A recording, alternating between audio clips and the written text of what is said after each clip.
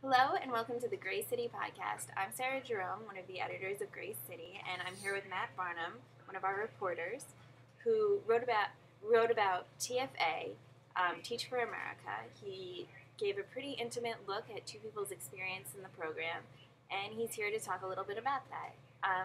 Matt, for anyone who doesn't know, why don't you give us the two-sentence description of TFA? 2 sentences, okay. Guess I wasted one there. So TFA is a core program for recent college graduates that goes into low-performing schools and has their core members commit to 2 years of teaching in those schools. Their only training is a 5-week intensive summer program. Nice. Now, give us an idea. I mean, you knew a little bit about TFA going into this article, Right. but what was one of the most surprising things you learned when you reported this? Well, TFA has a very, very specific model about the type of person they're trying to recruit to join the Corps. And in fact, it's so specific that very few people, make it. The acceptance rate is actually only 1 in 5, 20% nationally.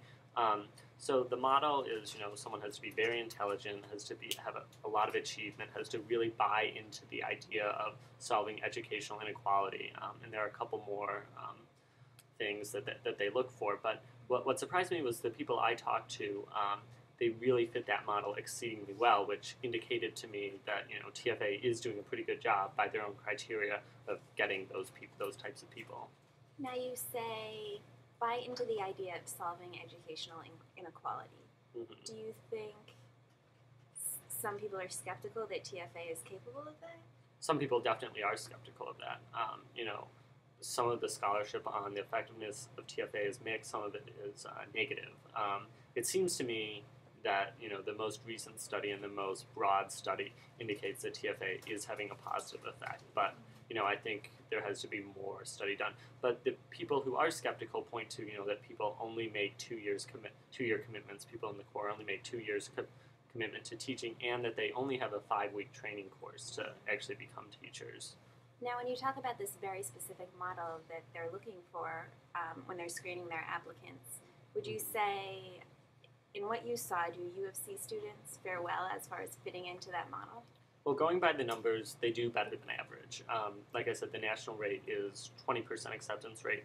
The U of C rate last year was 1 in 3, about 30%. So they're better than average. But still, more U of C students who apply to TFA turned away.